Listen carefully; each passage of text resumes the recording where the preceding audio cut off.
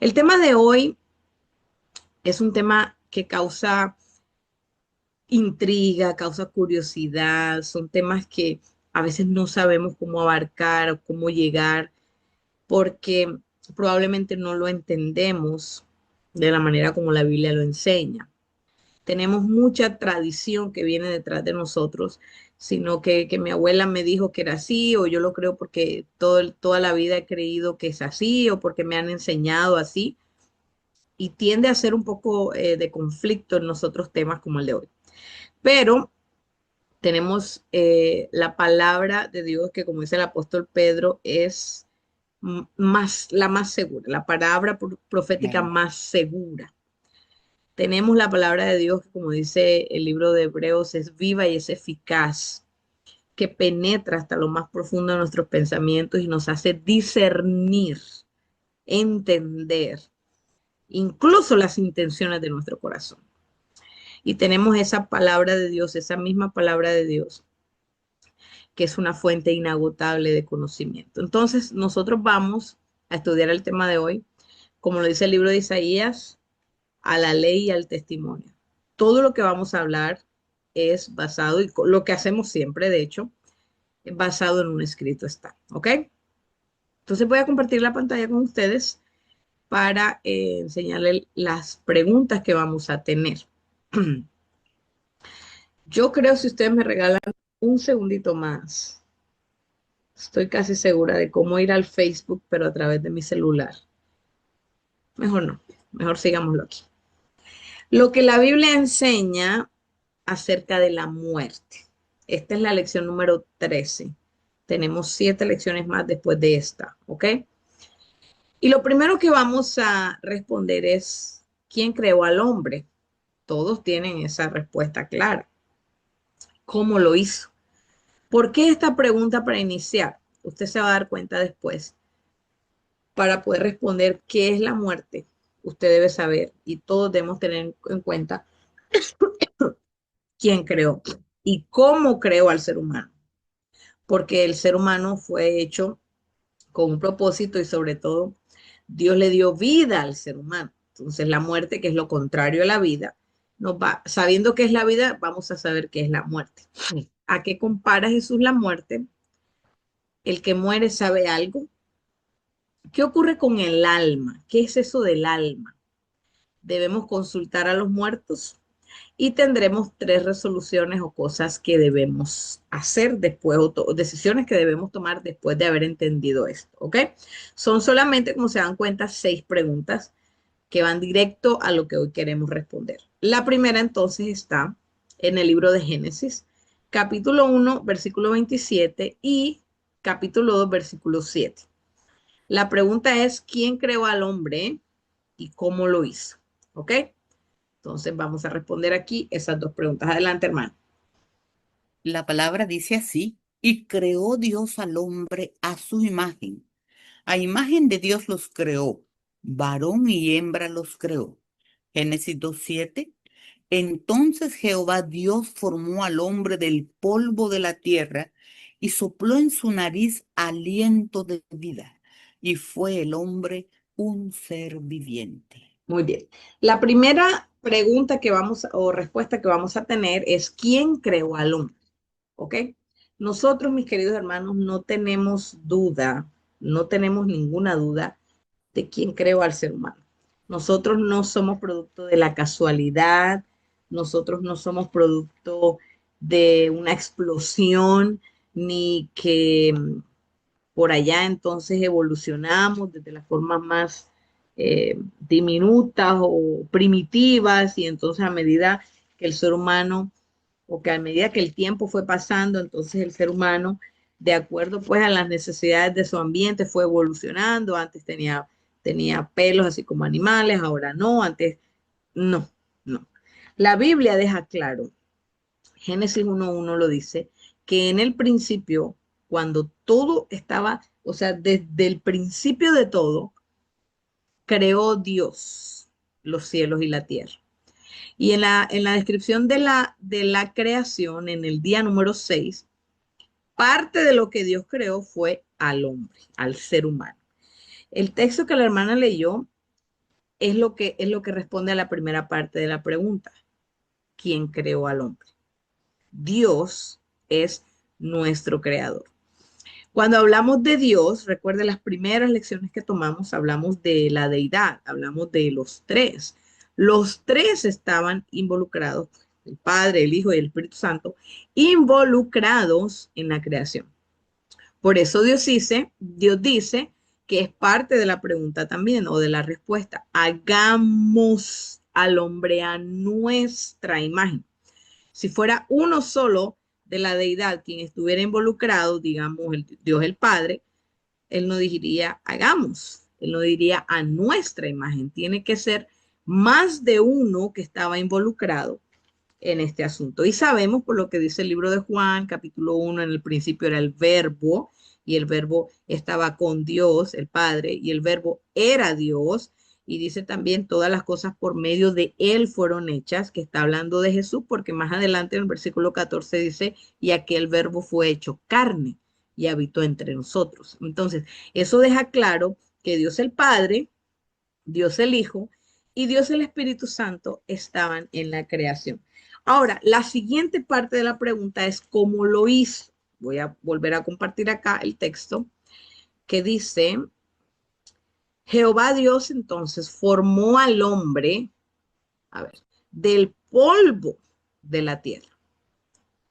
Mire que eso está subrayado, ¿verdad? Sopló en su nariz aliento de vida y fue el hombre un ser viviente.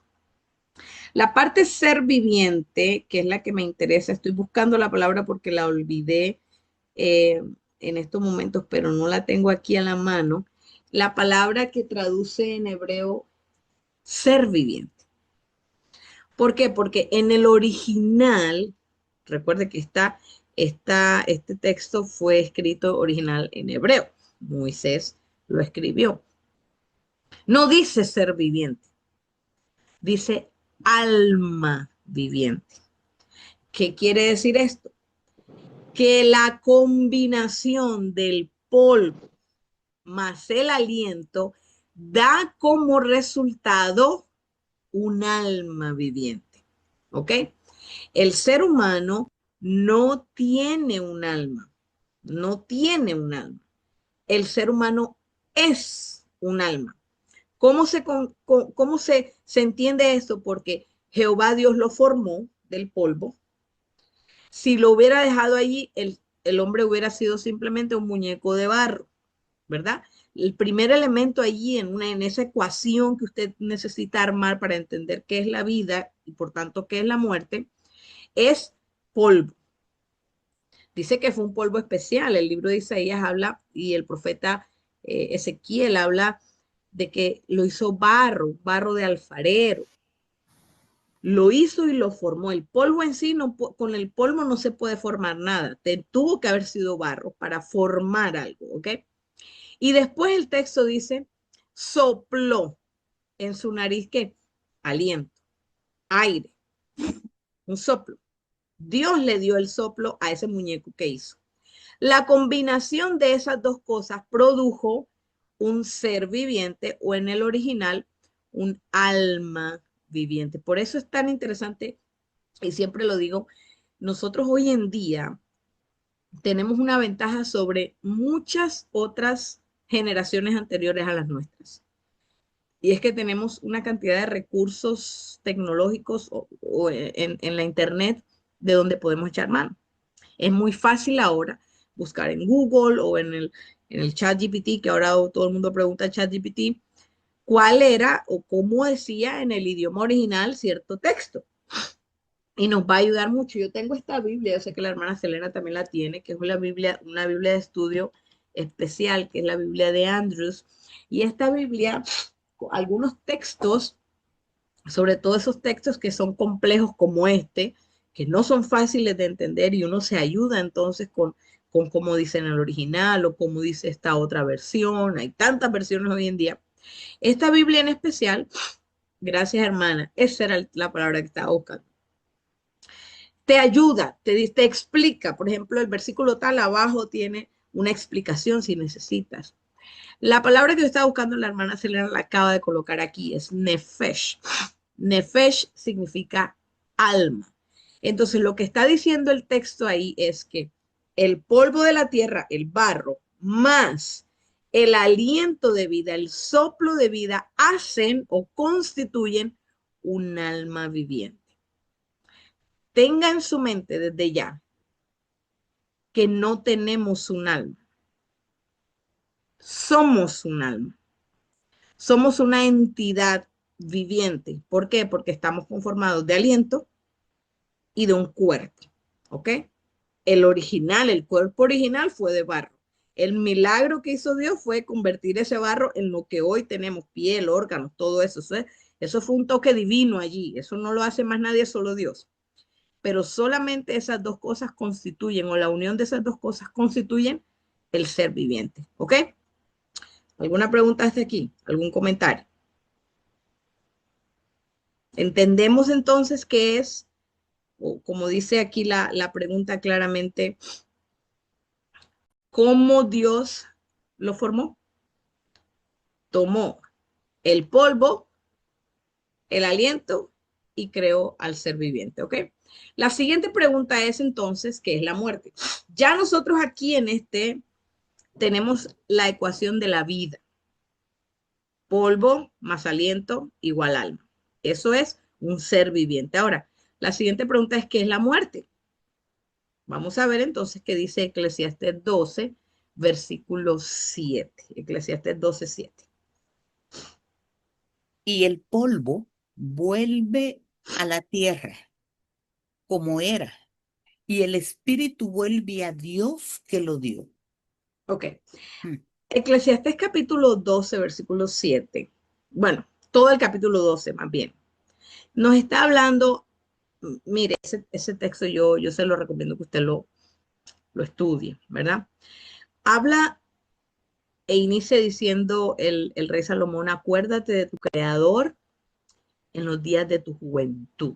Es lo que él comienza diciendo. Antes de que vengan los días malos en los cuales digas, no tengo en ellos contentamiento. Así comienza Eclesiastés 12.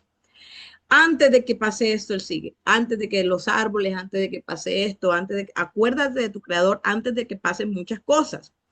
Y a la final llega el versículo 7, que es lo que la hermana leyó, y dice, antes, acuérdate de tu creador antes que te mueras. Antes de que te mueras. ¿Y cómo te mueres? ¿Cómo es esa definición de muerte que él da ahí? Antes de que el polvo vuelva a la tierra y el espíritu vuelva a Dios. Aquí Salomón está dando la definición de lo que es muerte. Ya en el Génesis vimos la definición de lo que es vida, polvo y aliento. ¿Quién da el aliento? Dios. Recuerde que él sopló en la nariz del ser humano, de Adán, el aliento. Ahora, Salomón aquí está diciendo, morirse, acuérdate de tu creador antes de que te mueras, porque morirse es que ese polvo vuelve a la tierra, por eso es que estamos enterrados cuando morimos, y el espíritu vuelva a Dios. Y aquí es donde dice uno, ¿sí ves? El espíritu. Entonces sí tenemos un espíritu, es lo que muchos piensan. Y cuando morimos, el espíritu entonces vuelve a Dios porque pues Él lo dio. La palabra espíritu, que aquí está en el texto, no es otra cosa que aliento, soplo.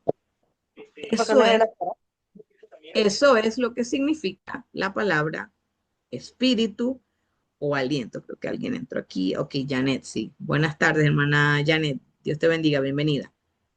Entonces, lo que está diciendo Salomón es, mira, la muerte no es más que ese cuerpo, ese diseño, que al principio era el polvo, pero que después Dios lo formó como carne, va a volver a ser polvo. Y ese aliento que Dios dio al principio, por eso cuando los bebés nacen, lo primero que hacen es respirar, o al menos es lo que el médico busca, que hagan, que respiren, que tomen ese aliento, pues cuando la persona muere, ese aliento simplemente sale del cuerpo. ¿Por qué Salomón dice aquí que vuelve a Dios que lo dio? Pues precisamente porque quien dio el primer aliento fue Dios. Esto no significa que lo que está dentro del cuerpo, lo que sea que pensemos que esté dentro del cuerpo, va a ir a Dios. Porque tenemos claro, mis hermanos, que no todos los que mueren, o más bien, que los que mueren sin Dios van a ver a Dios. Eso lo vamos a hablar, lo vamos a hablar ahorita un poco más profundo. Entonces, ¿qué es la muerte? ¿Cuál es la definición de muerte? Si sabemos ya cuál es la definición de vida. La definición de muerte es no hay aliento, el cuerpo vuelve a ser polvo, por tanto, no existe más un ser o una entidad o un alma viviente. No sé si la hermana Selena tenía allí el micrófono abierto. ¿Quiere aportar algo más? Sí, me gustaría que si hay alguna duda que la hagan, porque este es un tema bastante delicado que a veces algunas personas se confunden aquí con esa palabra espíritu, Ujú, porque correcto. piensan que pues hay unas personas que yo he platicado con ellas que dicen que el espíritu está volando, que el espíritu está en el cielo, que desde el cielo nos ven los muertos y la palabra de Dios no sustenta eso. Lo que la palabra de Dios dice es que el espíritu vuelve a Dios, ese poder de vida vuelve a Dios, porque Dios lo va a dar en el día glorioso de la resurrección.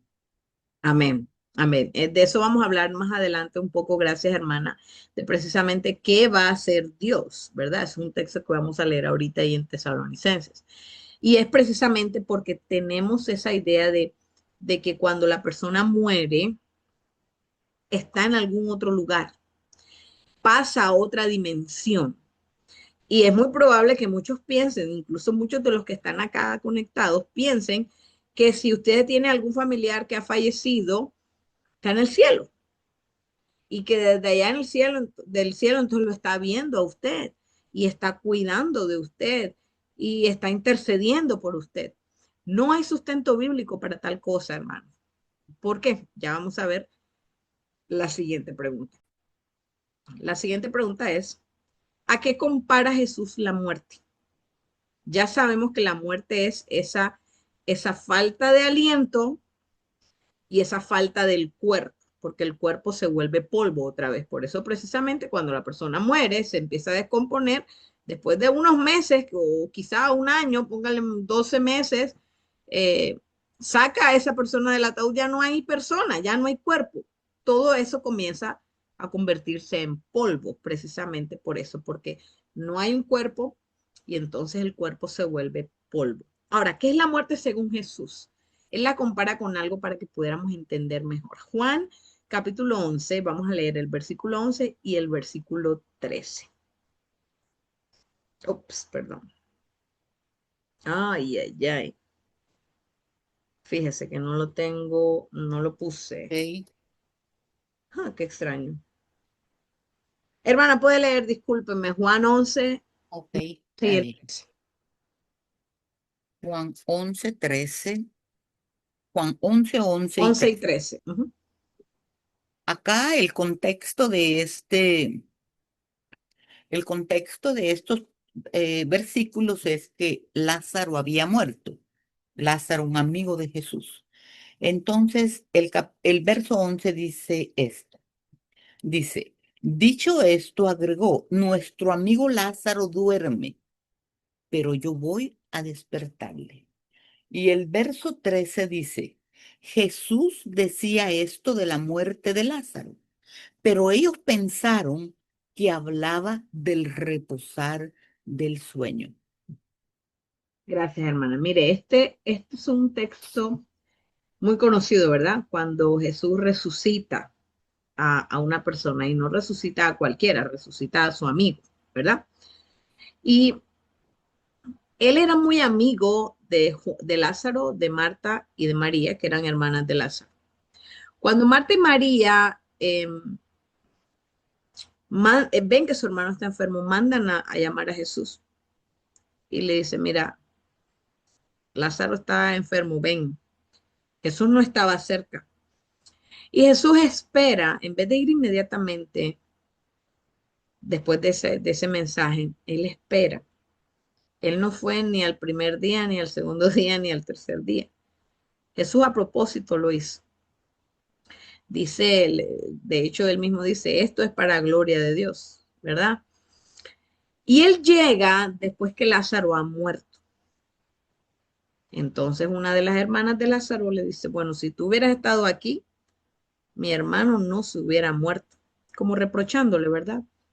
Jesús con toda la calma, yo le estoy contando esto, pero yo le invito a que usted lea Juan capítulo 11, es precioso. Con toda la calma, ¿verdad? Hasta llora al ver lo conmovida que estaba Marta, que estaba María, y al ver y al saber que su amigo había muerto, ¿verdad? Y él hace una oración, perdón, hace dice algo, que es lo que la hermana leyó, que dejó a la gente como que, bueno, ¿qué está diciendo aquí? Dice, nuestro amigo Lázaro duerme. Y entonces la gente como que, ¿será que no sabe que está muriendo? ¿Que está muerto? ¿Será que él piensa que... No, no, Jesús sí sabía que Lázaro estaba muerto. Y sabía que a propósito él se había demorado para que vieran la gloria de Dios reflejada en ese milagro que le iba a hacer.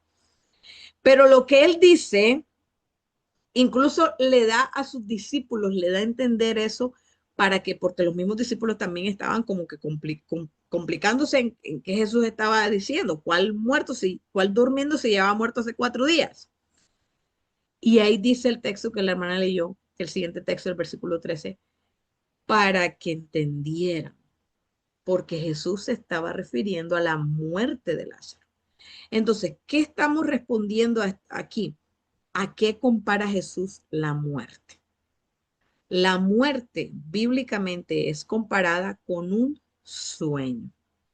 Cuando usted se acuesta en la noche, digamos que usted tiene un buen sueño, que usted no se levanta en la noche para nada, que usted de corrido, usted se acuesta y se levanta, ya. Eso fue un abrir y cerrar de ojos. Usted conscientemente no sabe que pasaron 8 horas, 7 horas, 6 horas, no lo sabe. Solamente se da cuenta cuando usted se despierta. Esa es la muerte, tal cual así. Las personas que han fallecido, excepto por aquellas que la Biblia menciona que han resucitado y que están en un lugar en estos momentos, todas están como si estuvieran durmiendo. Están muertas, pero es como si estuvieran durmiendo. ¿Por qué? Porque la siguiente cosa que van a ver después que ellos murieron o que van a escuchar después que ellos murieron es a su volver. Sea para irse al cielo con él o sea para quedarse en otro lugar que después hablamos de eso. Ellos no van a tener conciencia o que digamos que cuando se resuciten, porque Jesús los va a resucitar con voz de arcángel, con voz de mando, con trompeta de Dios, dice Pablo, ellos no van a decir, oh, pasaron 500 años, por fin ya resucité. No. O han pasado 1000 años. O Adán. O han pasado 6000 años, ya por fin resucité. No, no van a tener conciencia porque para ellos es como si estuvieran durmiendo y cuando usted se despierta y no ve nada, no ve el reloj ni ve nada, usted no dice, han pasado 7, 8 horas y 25 minutos. No, usted simplemente abre sus ojos y ya. Eso es la muerte en la Biblia, un sueño. Ahora, ahora vamos a responder es, ¿qué pasa mientras usted duerme? ¿Será que usted sabe algo? ¿Será que usted es consciente de algo? ¿Por qué? Porque así mismo hay que entender a las personas que han muerto. ¿Será que ellos saben algo? ¿Será que están ahí en la tumba, pero quizás se dan cuenta de lo que yo estoy haciendo? ¿Qué? Entonces, respondiendo a esta pregunta, ¿qué enseña Jesús acerca de la muerte o cómo la compara Jesús? Jesús compara la muerte con un sueño, como cuando usted esté o está durmiendo. ¿Ok? ¿Alguna pregunta hasta aquí? ¿Algún comentario? ¿Tenemos claro esto? Sí, muy claro. Muy bien, Adelante, gracias. Mari. No, hermana, les decía que todo me queda muy claro, que muchas gracias. Qué bueno, Excelente. hermano. Hermana Selena, ¿iba a agregar algo más? Sí, si alguien no quiere abrir el micrófono, puede escribir en el chat alguna duda que usted tenga. No se vaya con la duda, porque Correcto. aquí estamos a la luz de la palabra de Dios. Amén. Gracias, hermano. Bien, ahora vamos a responder entonces si la persona que muere sabe algo, porque, perdón, de nuevo, muchas personas creen que, bueno, mi abuela se murió, me cuida desde el cielo, ella está viendo lo que yo estoy haciendo, o papito, abuelita, tía, o lo que sea, ayúdame, intercede allá por mí para que sabe algo esa persona. ¿Realmente esa persona está en el cielo? ¿Por qué nunca pensamos en que está en el infierno alguien? Nunca pensamos eso. Siempre pensamos en que si alguien familiar nuestro se muere, está en el cielo. Pero ¿será eso verdad? ¿Qué pasa entonces? Vamos a leer Eclesiastés capítulo 9, versículos 5 y 6. Eclesiastés 9, 5 y 6. Porque los que viven saben que han de morir, pero los muertos nada saben, ni tienen más paga, porque su memoria es puesta en olvido.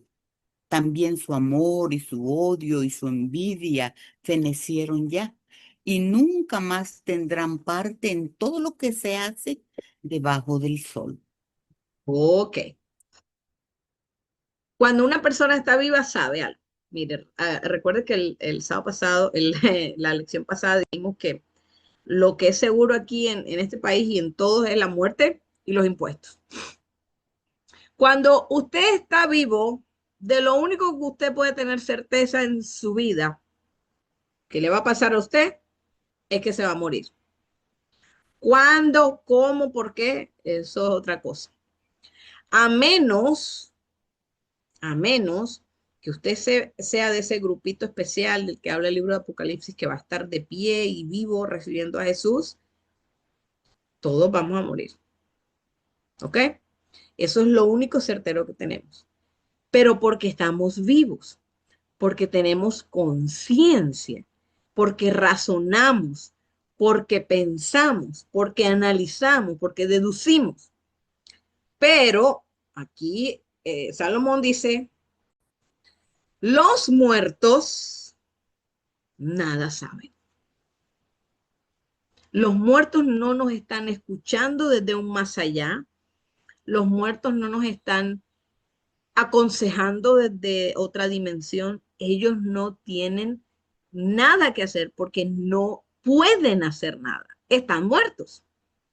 Su memoria es puesta en olvido. No saben nada. No sienten.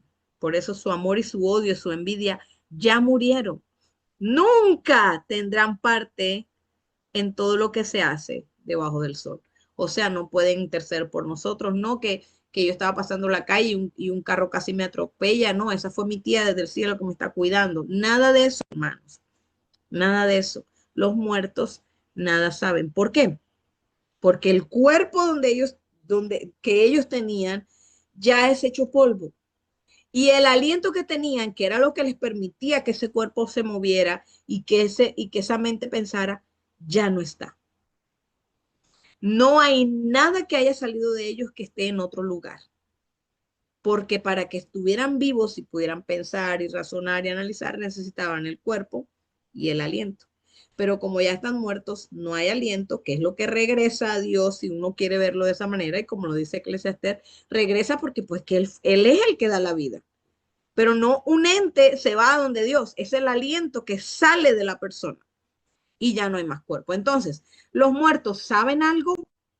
Los muertos no saben nada. ¿Ok? ¿Alguna pregunta hasta aquí? ¿Algún comentario? Sí, me gustaría contar una experiencia que tuvo una amiga mía. Am, Ella fue a su país a enterrar a su papá, que había muerto. Su papá solía levantarse a las 4 de la mañana a bañarse. Entonces, bueno, ella fue al funeral, enterraron a su papá. Y esa noche, bueno, en la madrugada ella se despierta a las 4 de la mañana y escucha que alguien se está bañando. Y yo le cuento esto porque mire lo poderoso que es la palabra de Dios. Y ella se acuerda de este texto que acabamos de leer. Los muertos nada saben. Y ella lo dijo con mucha certeza, creyendo. Y ella se sentó en la cama y dijo, no, eso no es ningún espíritu de mi papá, porque los muertos nada saben. Amén. Y el ruido se paró. O sea, hay poder en la palabra de Dios. Amén. Amén. Gracias, hermana. Es interesante porque usted puede ser y yo puedo ser víctima en ese sentido, o puedo ser una presa fácil de Satanás para dejarnos engañar por esto, ¿verdad?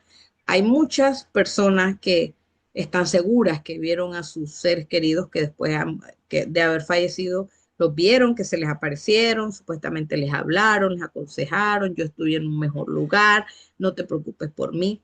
No son tales.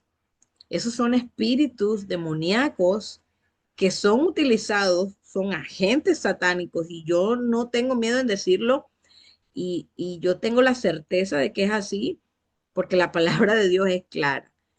Que Amén. lo que hacen es tratar de distraernos y de creer algo que la Biblia no dice. De hecho, hay un ejemplo en la Biblia que nosotros podemos tomar, que es el rey Saúl.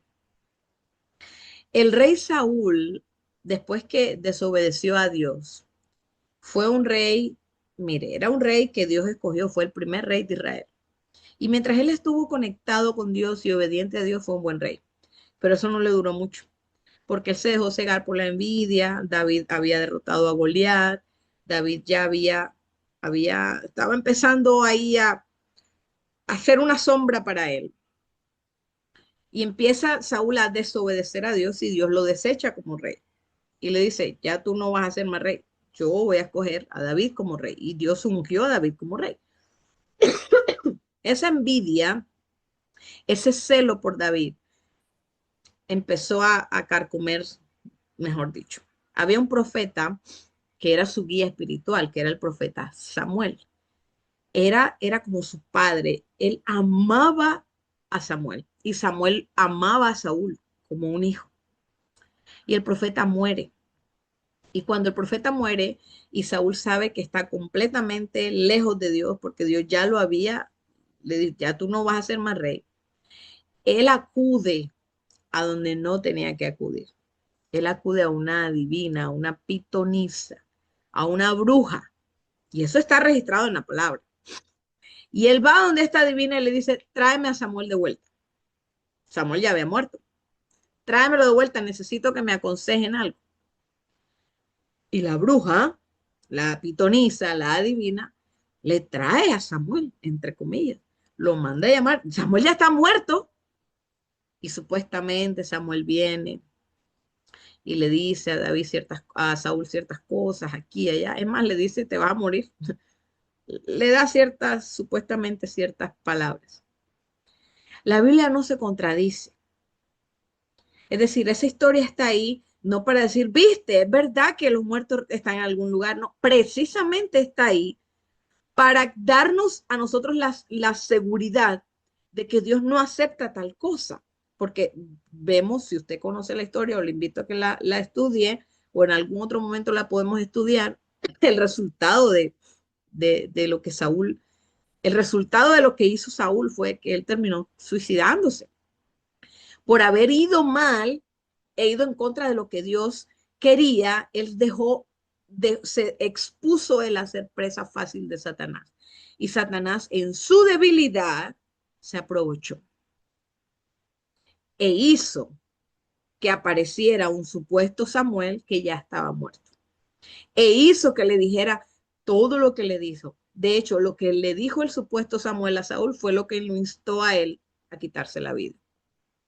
Entonces, ese tipo de sugestiones, de cosas que vemos, cada quien de pronto tenga una experiencia o pueda compartir algo de que sí, yo sé que mi tía me habló, mi abuelito me habló, se me apareció y me dijo, no es real, hermanos.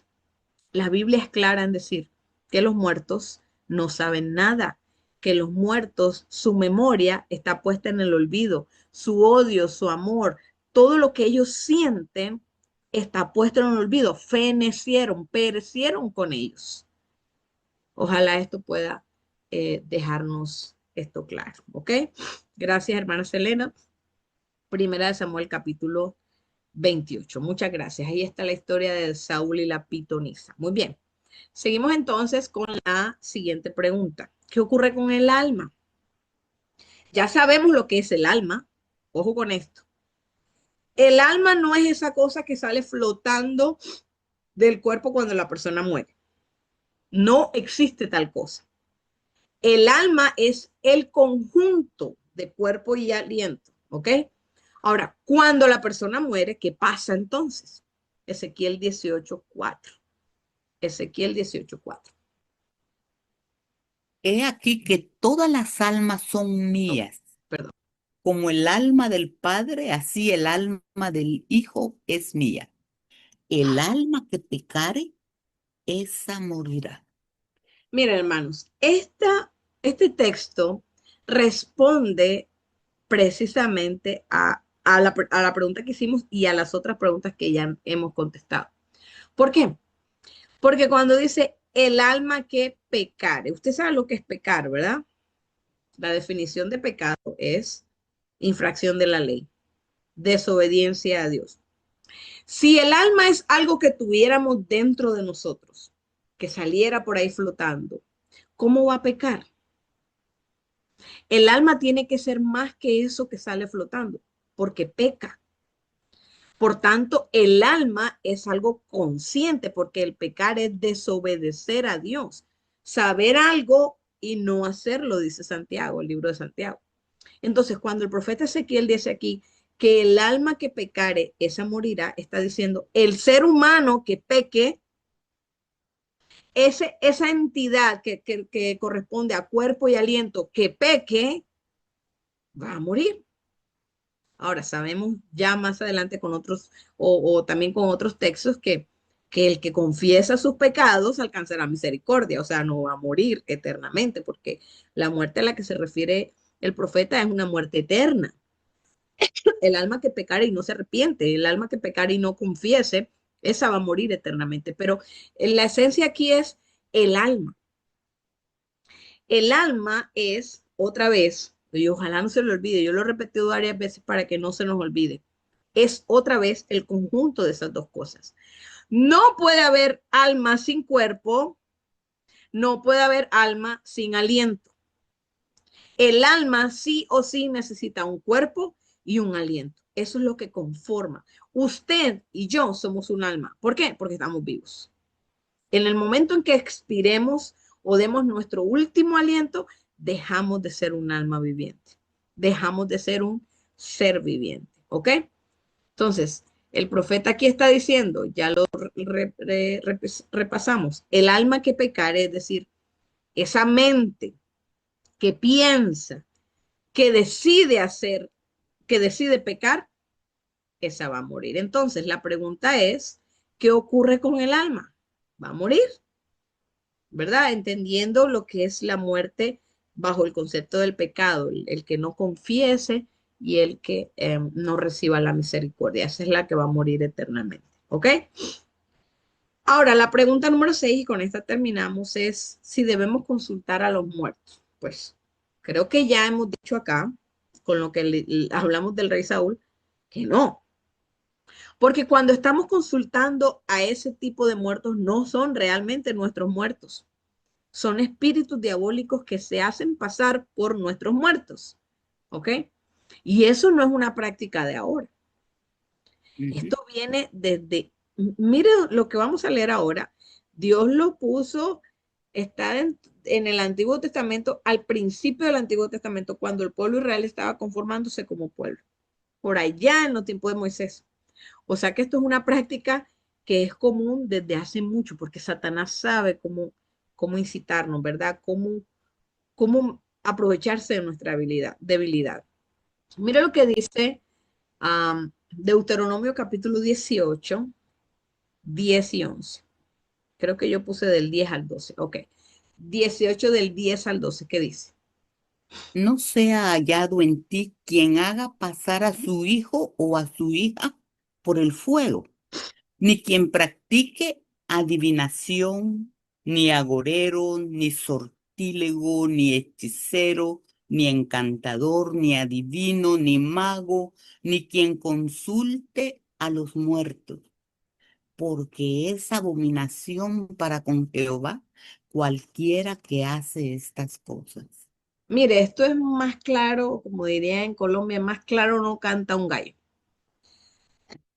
Dios está haciendo aquí bien específico. Lo que dice primero es que no hagas o que no haya dentro del pueblo de Israel alguien que haga pasar a su hijo o a su hija por el fuego. ¿Sabe por qué? Porque esa era una costumbre muy común en los tiempos del pueblo de Israel.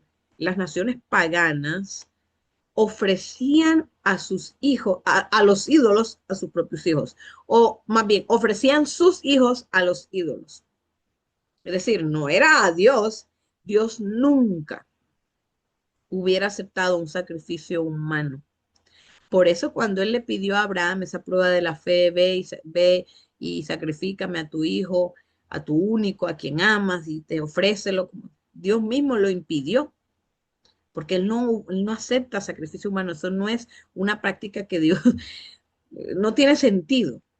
Pero los pueblos paganos sí ofrecían sus propias vidas a los ídolos.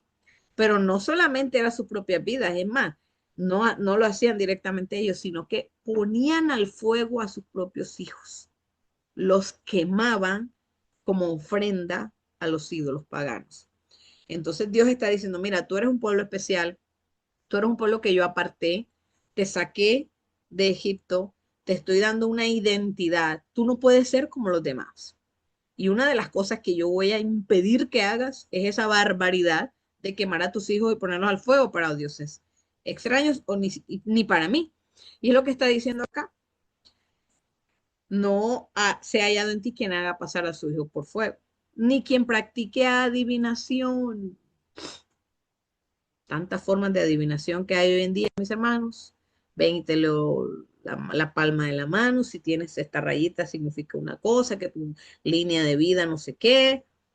O termínate el café y yo veo, o el chocolate, y depende de cómo terminó, pues ahí se ve tal y tal número para que lo apuntes en la lotería. O ven y te leo las cartas del tarot, aparta 3 cartas y esta carta es el amor, esta es la vida, esta es la salud. No. Si nosotros queremos saber de verdad qué va a pasar con nosotros, está la Biblia.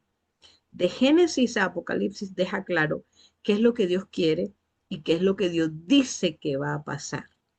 El libro de Apocalipsis es un libro claro, el libro de Daniel es un libro claro en qué va a pasar con nosotros. No necesitamos contar, llegar y buscar a otras personas, ni agoreros, ni los brujos, ni los sortílegos, ni los que echan, ni los que lanzan hechicerías. Mira, ese asunto de la brujería, ese asunto de la magia negra y todo ese asunto, eso es diabólico, hermanos. Buscar a una persona que consulte o que tenga esa conexión con Satanás tan directa como son los brujos y pues la brujería, esa es la palabra. Los trabajos que le hacen a una persona, eso es real, pero es satánico. Dios no es un Dios que permita que eso, que es el ser humano o sus hijos, los que son llamados sus hijos, practiquen ciertas tales cosas porque es satánico. Es Satanás tratando de alguna manera de desviar la atención de lo realmente importante. Aquí dice claramente, ni mago, y por supuesto que es el tema de hoy, ni quien consulte a los muertos. Ya sabemos que los que consultan a los muertos son agentes de Satanás directos. ¿A usted le gustaría estar hablando con el diablo? Vaya y consulte a una bruja. ¿A usted le gustaría estar y tener relación así directa con demonios? Pero es que imagínese eso. Eso es lo que hacen los adivinos, los magos y todo eso. Ahora, Dios da la razón. Él no tiene que darla. Él simplemente dice, no hagas esto y ya, pero él da la razón. Porque es abominación. para con Jehová cualquiera que hace estas cosas. De corazón, yo espero que esta lección haya sido realmente inspiradora para nosotros y que las dudas que puedan estar despertando en nosotros este tipo de temas, las tengamos allí, se las presentemos a Dios y sigamos aprendiendo de este tipo de temas que son cruciales para nosotros, sobre todo en los tiempos en que estamos viviendo. Hermana Selena. Amén, amén. Bueno, yo espero también de que este tema haya quedado claro, Tengo porque una como digo, pregunta. sí, adelante. Bueno, hace poco estaba en un sepelio y se suscitó una conversación sobre la cremación y una persona dijo, no, yo no quiero que me cremen porque eso está en la Biblia y eso es algo indebido, algo así. Entonces, quisiera saber si esto es cierto. Ujú. Hermana, bueno, yo te voy a dar mi respuesta. No hay en la Biblia ningún texto que yo haya encontrado que diga que no se debe cremar a la gente. Bueno, quizá lo haya, pero realmente no lo he encontrado. No es antibíblico cremar a la gente, porque si fuera así, hay muchas personas que han muerto en incendios, hay muchas Exacto. personas que han sido masacradas, por ejemplo, los cristianos en el Coliseo Romano los quemaban vivos y esas personas van a resucitar, Amén. Dios las va a llamar. Entonces, de hecho, la persona cuando muere, los que mueren, científicamente, cuando pasa el tiempo y el tiempo y el tiempo, esos huesos se convierten en polvo, como si estuvieran cremados. Ese mismo polvo es igual. Entonces Dios de ese polvo va a reconstruir con solo su voz cuando cuando llame a los que van a resucitar, los va a reconstruir. Hay un texto en el libro de Ezequiel, es una profecía, de pronto no tenga mucho que ver con esto, pero nos ayuda a entender, ¿verdad? El valle de los huesos secos. Y Dios con solamente hablarle a esos huesos, ya esos huesos se levantaron, porque el poder de la palabra es así. Entonces, que esté cremado o que esté hecho polvo después de haber muerto realmente es lo mismo. Hay muchas personas que, digamos, no sé, por convicción, por cariño, no quieren hacerlo, pero ya esta sí es una opinión muy personal, para mí es igual, es igual. No sé, hermana Selena, si quiera decir algo. Respecto al texto bíblico, yo no he encontrado Sí, ningún texto que prohíba la cremación. sí, yo comparto con usted también la misma creencia. Es más, Apocalipsis dice que hay personas que también mueren ahogadas, ¿verdad? Que nunca se encuentran los cuerpos. Pero hay un texto en Apocalipsis que dice que el mar dará sus muertos. En ese día de la resurrección, Dios tiene el poder para volver a dar vida a todos los que estén bajo la tumba o a todos los que estén, los que hayan sido cremados o a todos los que eh, el mar nunca dio sus cuerpos, pero Dios tiene el poder para volver a dar la vida. Amén. Y antes de que la hermana siga con el texto, con lo que vamos a hacer ahora, es bueno que ustedes tengan eso en su mente. Va a haber un día en que Jesús va a volver Amén. y los muertos van a resucitar. Sí, Señor. O sea, esto no es una cosa de que, bueno, se murieron y ya. Va a llegar un momento, y esto está por suceder, en que los muertos y los que van a resucitar primero son los que murieron creyendo en Jesús y lo aceptaron. Sí, mire, por eso Pablo dice, para mí el morir en Cristo es ganancia, es ganancia. Pero de que la persona va a resucitar, sí va a resucitar. Todos van a resucitar. Así es. Unos para vida eterna y otros para muerte y condenación, dice la palabra. Ahora, ¿en qué grupo quiere estar usted? Yo ya eso solo dejo a su decisión. Yo quiero estar en el grupo de los que Jesús resucite si me muero, Jesús resucite para vida eterna, para irme con él Amén, para el amén. cielo y para regresar aquí Amén. a la tierra nueva. Yo no quiero pensar en que yo me voy a morir y me voy a perder por la eternidad. Cuando hablemos del infierno, vamos a hablar sobre eso. pero tenga eso en mente. Todos los que han muerto van a resucitar. Hermana Selena. Así es, así es. Este es un tema bastante amplio y yo no sé si quedó clara la respuesta para Lucía. Es bueno que pregunten, porque vea, porque este tema para mí es delicado. Le voy a decir por qué. Cuando yo conocí el mensaje de la palabra de Dios, yo tenía muchas creencias, porque uno crece con tradiciones, con lo que le han contado. Entonces tenía muchas creencias, pero yo le doy gloria a Dios de haber conocido su palabra, porque en la palabra de Dios es como cuando yo leía y descubría, era como que una venda de los ojos se iba quitando. Así que por eso les digo, todo lo que hemos enseñado en estos cursos bíblicos está a la luz de la palabra, a la luz de la palabra. Y yo le voy a decir por qué Satanás quiere que nosotros creamos en los espíritus. Hay una razón bien que yo entiendo, y es que allá en Génesis, cuando engañó a Eva, le dijo una palabra, y ahí Satanás hizo la primera brujería. Le dijo, ¿sabe Dios? El día que coman de este árbol, porque Eva le dijo, Dios nos dijo que si comíamos íbamos a morir. Y él les dijo, no moriréis. La primera mentira, ¿eh? Por eso el ser humano cree que cuando se muere, pues no está completamente muerto, que el espíritu anda volando. Y le dijo otra cosa, ¿sabe Dios que el día que ustedes coman serán como dioses? Sus ojos serán abiertos y serán como dioses. Vea, el ser humano, todos tenemos el instinto de la vida, pero lamentablemente porque el pecado entró al planeta Tierra, el cuerpo se va deteriorando, cogemos enfermedad, envejecemos, hay niños que nacen enfermos y mueren a corta edad.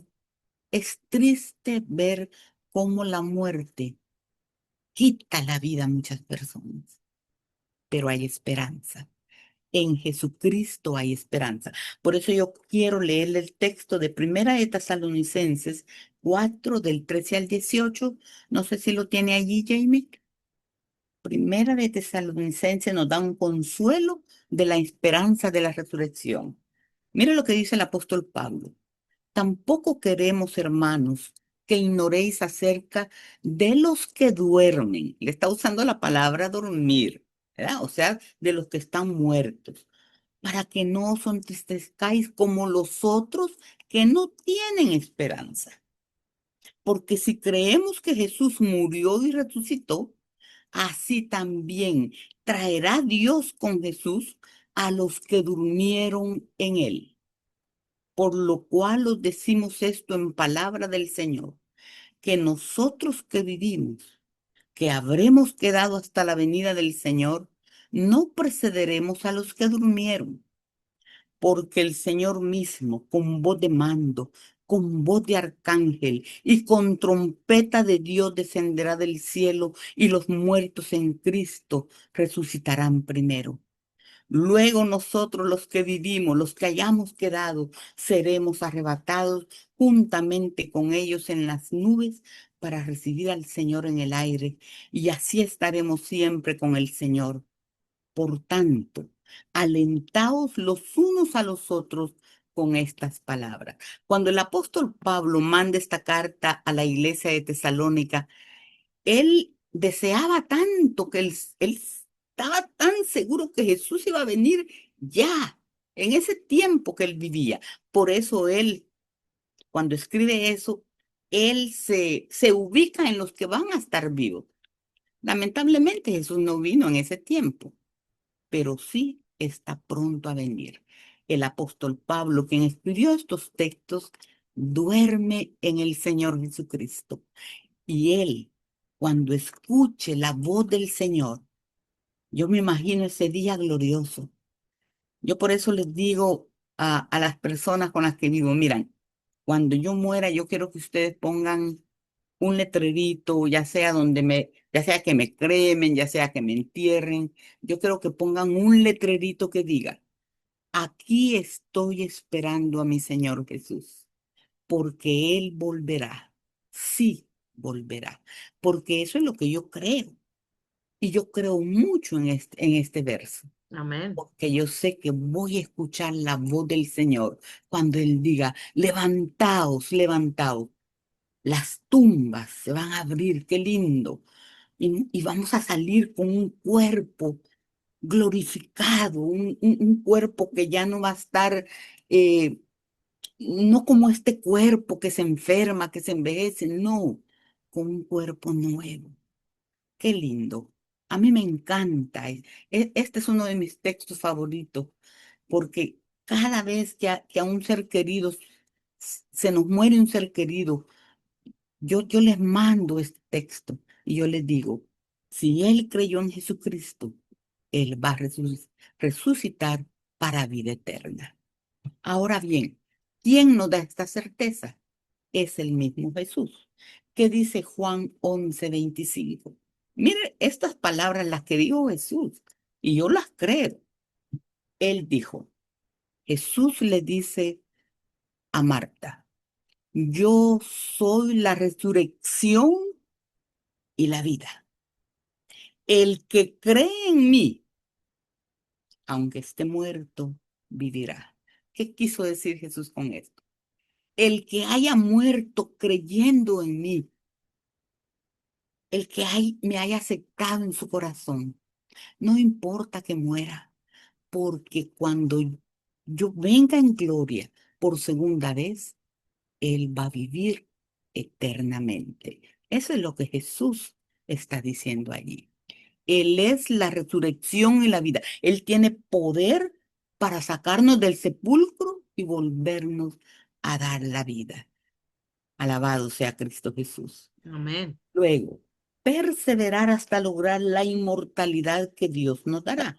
¿Qué dice Romanos 2:7? Así es, hermana Brigitte. Jesús es nuestra única esperanza.